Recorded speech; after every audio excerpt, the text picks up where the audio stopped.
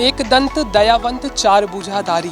जिस तरीके से रिद्धि सिद्धि के दाता यानी भगवान गणेश और गणेश चतुर्थी शुरू हो चुकी है और पीछे आप देख सकते हैं ये जो पंडाल है अपने आप में बेहद खास है, क्योंकि जिस तरीके से इसकी डिज़ाइन की गई है केदारनाथ धाम के तर्ज पर इसकी डिज़ाइन की गई है और बेहद आप देख सकते हैं कि जो श्रद्धालु यहाँ पर आते हैं वो उनके दिलों और दिमाग में किस तरीके से इस पंडाल की डिज़ाइन बनी हुई है। और लगभग 10 दिनों का ये जो त्यौहार होता है वो चलता है और घरों से लेकर पंडाल तक अपने जो दाता हैं, अपने जो भगवान हैं, भगवान गणेश को लोग पूजते हैं, मानते हैं। और आज हम यहाँ पर मौजूद हैं निशादगंज में जो पेपर मिल कॉलोनी है और सामने ठीक आप देख सकते हैं मेरे पीछे यहाँ पर वो पंडाल है और जहाँ पर स्वयं यानी गणेश भगवान विराजमान है। हम ज़रा कैमरामैन से कहेंगे कि वो आए धीरे धीरे।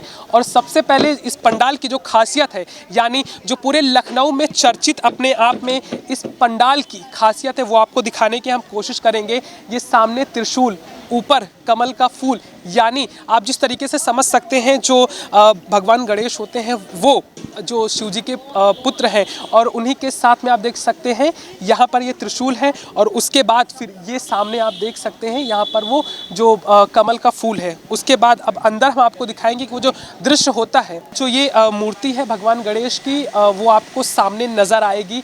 आप झूमर भी देख सकते हैं, यानी जिस तरीके से गणेश उत्सव का त्यौहार बहुत धूमधाम से मनाया जाता है। महाराष्ट्र के बाद अब लगातार वो तमाम देशों में, वो तमाम प्रदेशों में भी जहां भारतीय विदेशों में बसते हैं वहां पर भी गणेश उत्सव का त्यौहार मनाया जाता है। और खासकर अगर हम राजधानी लखनऊ की बात करें तो सीधे आप देख सकते हैं बप्पा विराजमान है अपने जो भक्तों को आशीर्वाद देने के लिए। यानी ये जो महीना और ये जो समय शुरू होता है वो अपने आप में बेहद भक्तों के लिए बहुत महत्व रखता है, आस्था का केंद्र लगता है। यहाँ पर पुजारी जी भी हैं जो प्रसाद वितरण कर रहे हैं, उनसे भी थोड़ी हम बातचीत करेंगे और उनसे जानने की कोशिश करेंगे कि जिस तरीके से यहाँ पर लगातार भक्त आते जाते रहते हैं।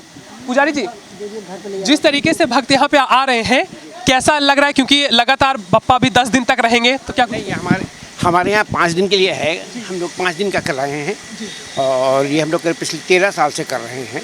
यहाँ पे दिन में ऐसे में पूरी स्थापना पूजा हुई, उसके बाद मतलब आरती हुई, आरती बाद प्रसाद वितरण हो रहा है और इसके बाद अब शाम को सांस्कृतिक कार्यक्रम है।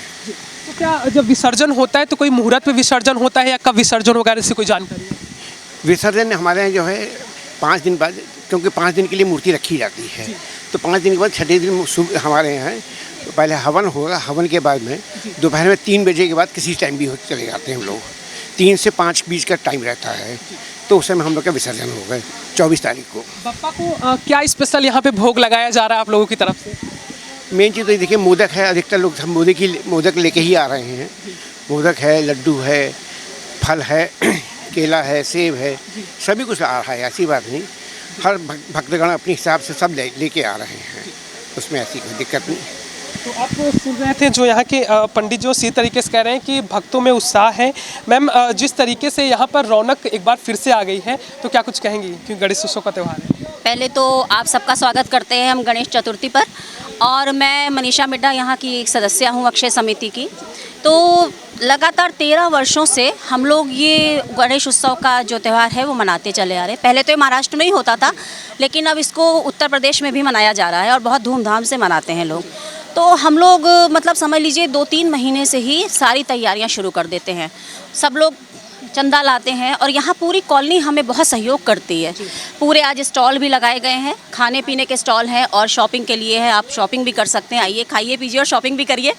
और बाकी जो है गणपति बप्पा से यही प्रार्थना है कि इस बार आए हैं रिद्धि सिद्धि के साथ, यहाँ शांति से सब प्रोग्राम निपटे, विराजमान रहे और सबको आशीर्वाद दे करके जाएं। और हमारे जितने भी पूरे सदस्य हैं सब लोग मिल करके इस त्यौहार को मनाते हैं। ये लखनऊ में क्योंकि जो पंडाल है वो बहुत चर्चित है, तो कैसे आप लोगों के दिमाग में आया कि हम जो केदारनाथ धाम पर इसकी थीम रखेंगे, तो कैसा कुछ आपके मन में?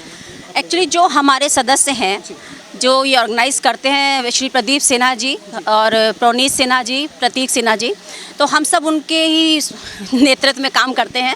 तो हम लोग सबने मिलकर के सोचा कि जैसे जो बड़े बुजुर्ग हैं सब तो केदारनाथ जा नहीं सकते, और इस बार केदारनाथ की यात्रा भी बहुत प्रचलित रही है, तो हम लोगों ने यही सोचा कि क्यों ना जो लोग नहीं जा सकते उनको केदारनाथ के भोले बाबा और उनके सुपुत्र श्री गणपति जी के दर्शन यहीं पे कराए जाएं। तो बस यही दिमाग में सबके आया और बैठ कर के सलाह हुई और बस केदारनाथ थीम पर ये भवन बना दिया गया। और कारीगर ये जो बनाया है जिन्होंने, वो कलकत्ता से आए थे, और जो इसमें लकड़ी वगैरह लगी है वो सब आगरा से मंगाई गई है। क्योंकि जिस तरीके से पंडित जी से बात हुई 5 दिन बप्पा यहाँ पे विराजमान रहेंगे, तो विसर्जन कब होगा, कितने बजे होगा, कुछ ऐसा? विसर्जन होगा 24 तारीख को, और जो है पहले तो पूजा आरती होती है, फिर 10 बजे से हवन होता है, हवन के बाद फिर भंडारे का आयोजन होता है, और उसके बाद 3, साढ़े 3, 4 बजे के आसपास हम लोग बप्पा को विदा करने के लिए निकल जाते हैं बहुत ही भारी मन से, और पूरी कॉलोनी इसमें सम्मिलित होती है, और उसके बाद हम लोग विसर्जन करके फिर आ जाते हैं। सांस्कृतिक कार्यक्रम जैसा जिक्र किया जा रहा है, तो किस प्रकार के सांस्कृतिक कार्यक्रम आप लोग की तरफ से यहाँ पे ऑर्गेनाइज किए गए? देखिए, हर दिन अलग अलग उससे होगा, तो कभी नृत्य होगा और कभी यहाँ पर साई संध्या होगी, और सब तरफ बच्चे, कई बच्चे जैसे कॉलोनी के हैं जो भी करना चाहें वो अपना नाम पहले लिखा देते हैं, फिर वो भी उनके अकॉर्डिंग उनको भी दिया जाता है जो बच्चे करना चाहें। तो इस तरह से हम लोग इसको बहुत अच्छे से 5 दिन ये चलेगा। मैम ने जिक्र किया शॉपिंग का, ये मेरे ख्याल से पहली बार ऐसा कुछ हो रहा है कि आप दर्शन भी करिए, शॉपिंग करिए, तो शॉपिंग किस चीज़ों की रहेगी? देखिए, यहाँ पर अलग अलग स्टॉल लगेंगे जिसमें ज्वेलरी भी है और क्या कहते हैं कपड़ों का भी है, और इधर हमारे जो स्टॉल लगेंगे वो खाने पीने के भी हैं। तो इस तरह से सब अलग अलग स्टॉलों का मैनेज किया गया है कि बाकी देखिए मिलता सब जगह सब कुछ है, लेकिन यहाँ आके गणपति जी के दर्शन करके एक मेले की तरह शाम को इसका आयोजन किया गया है कि बच्चे खुश तरफ से पूरा यहाँ पर, चाहे हम खाने की बात करें या बप्पा तो खुद ही विराजमान है, और शॉपिंग ये नई चीज़ें हैं कि लोग यहाँ पर आएंगे और वो चीज़ यहाँ पर देखेंगे। और कुछ क्या यहाँ पे भव्य रहने वाला है आने वाले 5 दिनों में? आने वाले 5 दिनों में एक तो क्राउड देखिएगा बहुत ज़बरदस्त होने वाला है, क्योंकि पहली बार लखनऊ में केदारनाथ धाम बनाया गया है, और इसके दर्शन मुझे नहीं लगता कि कोई ऐसा व्यक्ति होगा जो इस मतलब अवसर को छोड़ना चाहेगा। और बाकी 22 तारीख को भजन संध्या है जिसमें किशोर चतुर्वेदी जी को हम लोगों ने आमंत्रित किया है, और हमारी कल 20 तारीख है और कल हमारी मेयर जी आएंगी। उसके बाद ब्रिजेश पाठक जी को भी आमंत्रित किया गया है, और योगी जी डांडिया भी है, 23 तारीख को डांडिया का आयोजन है जो हर साल ही होता है, लेकिन इस बार कुछ अलग ही तरीके से होगा। जी बिल्कुल, जिस तरीके से बप्पा यहाँ पे विराजमान है और लोगों में उत्साह है, और आप भी शायद बप्पा से यहाँ पे बप्पा को देखने के लिए आए हैं, तो क्या कुछ खुशी है क्योंकि बप्पा विराजमान है? भाई साहब, खुशी की बात तो ये कि पूरे साल इसका इंतज़ार किया जाता है जी।